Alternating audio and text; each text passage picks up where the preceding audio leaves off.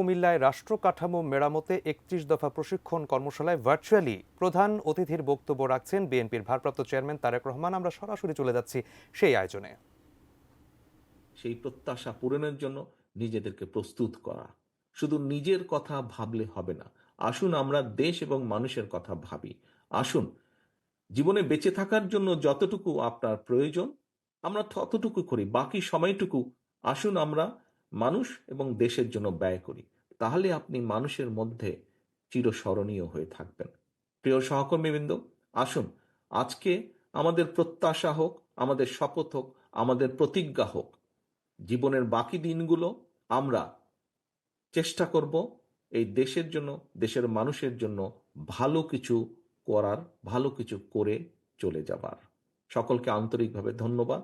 সকলে সুস্থ থাকবেন, ভালো থাকবেন। আল্লাহ হাফেজ। বাংলাদেশ জিন্দাবাদ। বাংলাদেশ জাতীয়তাবাদী দল জিন্দাবাদ।